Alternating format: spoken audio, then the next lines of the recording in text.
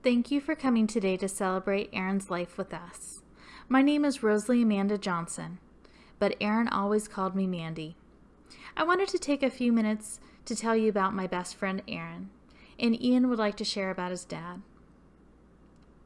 I hope later that some of you will be comfortable enough to share who Aaron was to you. I also wanted to thank everyone for all of the support that we have received.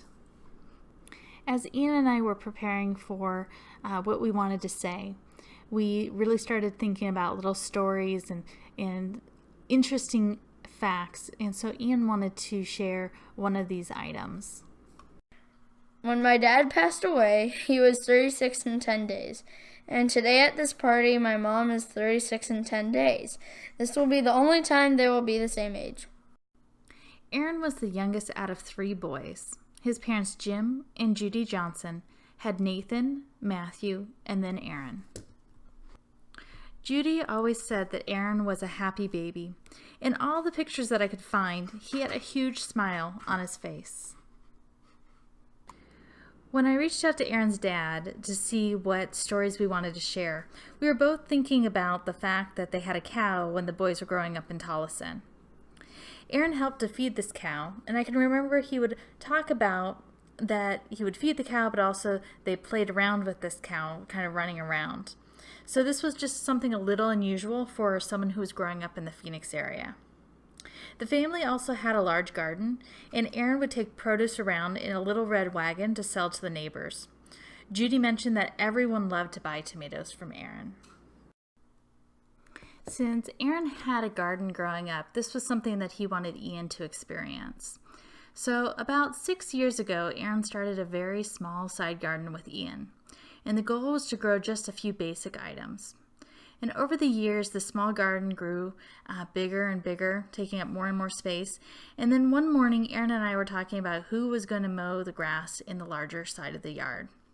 This was something that both of us tried to avoid, but for some reason we decided we should just rip out, that maybe the best solution was that we could just rip out the grass and plant a large garden. I can't tell you why we thought that this would be easier than grass, but we sure ate a lot more veggies. Jim would take the boys on a lot of different hiking and camping trips with his friend Dan Courtney. And one of these trips was to Burrow Creek. And on this trip, they buried a wine bottle with probably about $5 or $10 in it. And about 20 years later, they all went back to the same spot to look for their buried treasure. This was just a fun adventure for all of us, so the whole family went, but we never did find the bottle. Aaron loved playing soccer, and there were so many soccer pictures of him. And Aaron was very excited when Ian started to play soccer in school because they had so much in common with that, and he was very excited that he'd be able to share this with his son. Before high school, Aaron sang in the Phoenix Boys Choir. This gave him some wonderful opportunities to travel all over the world. He also made some great friends in this choir, and over the years I've had a chance to meet many of them. At 14, Aaron started high school in the International Baccalaureate program at North High School in Phoenix. So he was bused in from Tolleson every morning, and this is where I met him, and we had 3 classes together. After our freshman year, Aaron moved to Spokane, Washington. We stayed in touch by talking on the phone every Friday night. During the summer between our sophomore and junior years of high school, Aaron flew down to Phoenix to visit his friend Michael Lincoln. So we were able to meet up and talk at this point. And this trip helped us to decide that we really did want to be more committed to making this long distance relationship work. Aaron and I had been dating for a few years, and we were still living in different states. And Aaron had to get a job to pay for a phone line, but what I didn't know was that he had also saved up to pay for a special trip. He sent me a handwritten letter that I was actually able to read, which, if you know his scribbles, that you would think that that's absolutely amazing. And the letter said in there that I got an all expense paid trip to Spokane. Aaron had already planned out that he would fly me to Spokane, and then we'd go to a nice dinner and have our pictures taken, and then we'd go to the Phantom of the Opera. A few months after I got back from my trip to Spokane, it was graduation. And we graduated in 2000, and I finished up school here in Phoenix while Aaron was finishing up his 2 years at Spokane Community College. So he'd taken an untraditional route at that point of doing community college instead of doing high school. And so he flew down for my graduation because at that point he wasn't going to go to a graduation. And then a few weeks even after this picture, he moved down to Phoenix permanently. About 7 months after Aaron moved back to Phoenix, we got engaged, and it was February 14th, 2001. Aaron had his roommate, who was in culinary school at the time, help him prepare an amazing meal, and he asked me to marry him that night. And we were married about 6.5 months later. It was September 1st, 2001. One memory of the ceremony that I'd like to share is the lighting of our unity candle. And this seems like a fairly normal thing for a wedding, but Aaron and I wanted to take this concept a little further. And we had our moms go together to light the side unity candle for us. And so they lit both sides. And then Aaron and I, of course, then took those 2 candles and lit the larger one, symbolizing that everyone was coming together. And then we took those same 2 candles that were lit by our moms, and we walked down into the audience, and we started to light the candles that everyone was holding. And we lit a few in the first couple of rows, and then those people turned around and lit their neighbors' candles, and those neighbors then turned around and lit their the neighbors behind them. And so the lights were turned off in the church, and so as you get through all of these rows of people and all of these candles are lit, you just have this candlelight just showing. But it was an awesome symbol or a statement that we could physically see that our lives touch so many different people. And so I see the same thing happening now, that we might not be holding the candles, but I hear stories about Aaron, and I know that his life touched so many people. One of the hobbies that Aaron picked back up was singing, and he joined the men of the Phoenix Boys Choir. This was the point in our lives where I felt that the past was catching up to the present. So I was able to meet many of the people that he had sung with over the years, but I'd also had the opportunity now to go see him perform many times. If you had asked Aaron about this time after we were married and he was doing the boys choir and he was working, if you'd asked him what he really wanted to be when he grew up, he probably would have told you he wanted to fly. And he wanted to fly larger planes, but we figured we could really only afford the little single engine Cessnas. And so we rented a plane for him to be able to do his lessons on, and he was able to get his private pilot's license in 2004, and he was able to do some basic flying. We decided later that this was not a good career choice, that he was probably better off doing things with technology, but this was definitely a love that he had. So Aaron took a leap of faith with Kevin Fleming, and they had started Star Networks. Star Networks started off in our apartment. I remember sitting there on the floor because I think we had a couch at that point, but we had so little furniture, we had so little money. But I remember sitting there talking with Kevin and Aaron, and they were so excited about this new idea and how they could make this go, and that no one else in the Phoenix area had anything like this. And it was amazing to see how it grew. It was a bumpy ride getting there, and later on they were able to sell the business, and all that experience that Aaron got was able to be used in all the other companies that he's been able to join and to be partnering with. I can't say that it was an easy experience, but it was definitely a great learning experience for both of us. To be able to start this company with Kevin, all of us essentially had to put in maximum effort, be able to throw in everything that we could. Aaron and I actually ended up moving out of our apartment and moving in with my parents, and we cut everything that we absolutely could to be able to pour into this business. So with this bumpy road of not having any money because we were starting this business and we weren't taking any income from this business, it was an interesting choice on our part to actually have Ian. So we had decided that there was never going to be a perfect time to have kids. And we wanted to have kids early enough that we would be able to travel and to do awesome things together later. And so we made the choice to have Ian, and he was born in 2006. He was one of our best decisions ever. And he has brought us so much joy together. But essentially, I just remember Aaron sitting there saying, there's never going to be a perfect moment, Mandi. You're never going to have as much money as you want. You're never going to have everything in place.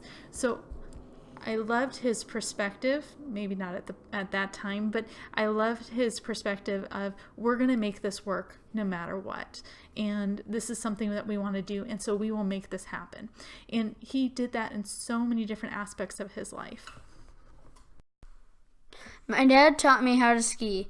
We really loved to go skiing. Our favorite place to ski was Schweitzer in Idaho. One reason I liked this place was because it had a lot of runs that my dad and I liked to go on.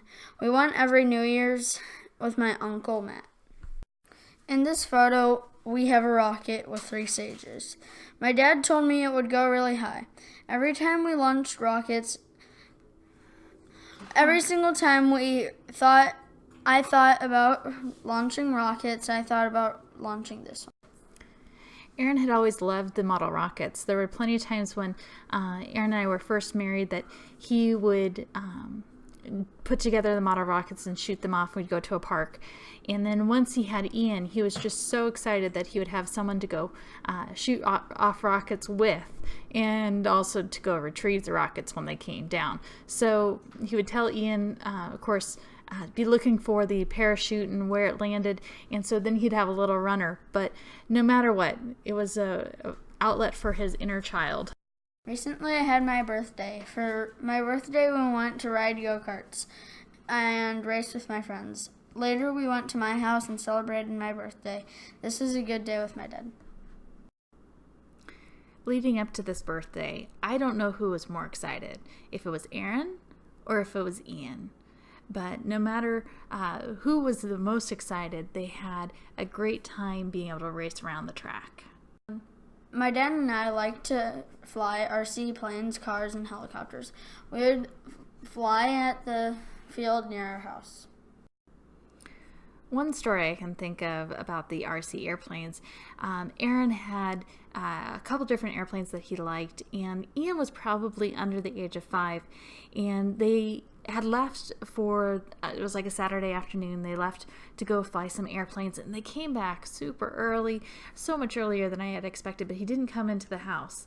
And so all I heard was the garage go up, and then they grabbed a ladder and they put it on the top of the car, and they closed up the garage and they left. And so later on I had to ask, I was just like, that was just odd enough.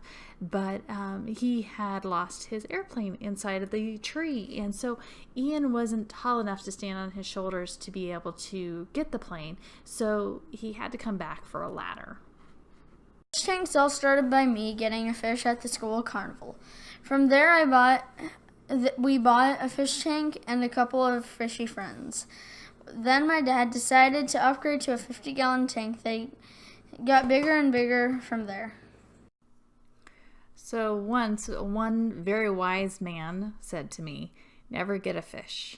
Never get even just one fish, because one fish will turn into 2 fish, and more tanks, and it did. So this one free fish that Ian got turned into a 150-gallon saltwater tank, and Aaron got to play around with doing coral and different types of fish and different things that he could put in there, and it was a great hobby for him. He enjoyed that a lot. A few years ago, Aaron and I decided that we wanted to start making sure that we were having family experiences, and that would be something like going and traveling. So we were able to start taking small little trips or large trips, and so we would drive up to my mom's place, which is up north, or we went to Flagstaff or Prescott or Payson. And so we also were able to go to Germany and Switzerland and have some amazing experiences that way. But we were able to spend our time together and seeing family and having all these new experiences together.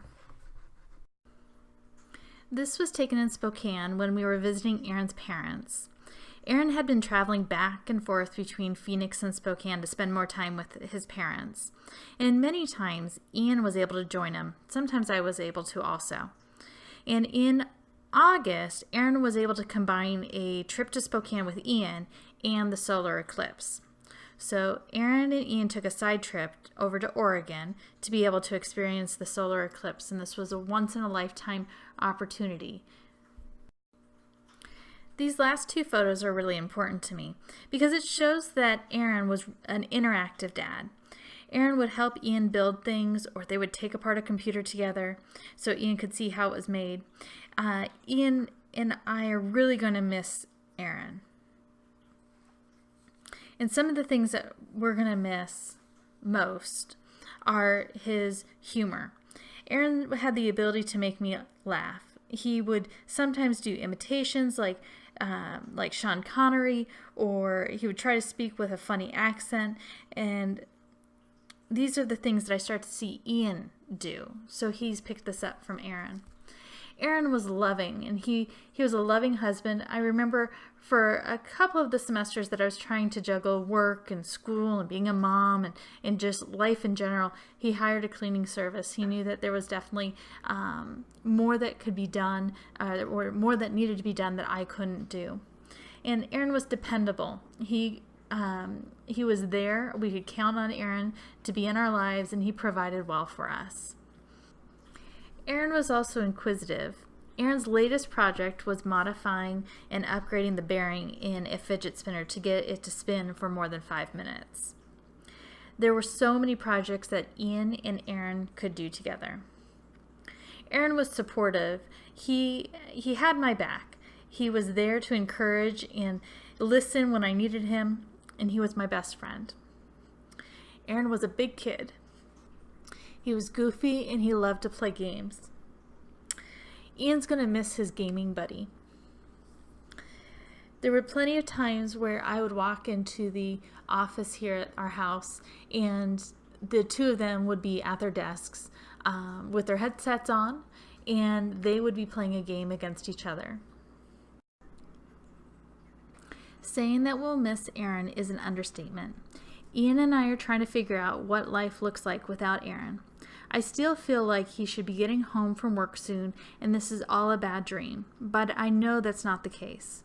By sharing a few of his stories with you, I feel like his memory will continue on, and he will not be forgotten. Ian and I have been overwhelmed by the generosity and love that has been poured out. Thank you for coming today and sharing and celebrating who Aaron was. Aaron will not be forgotten.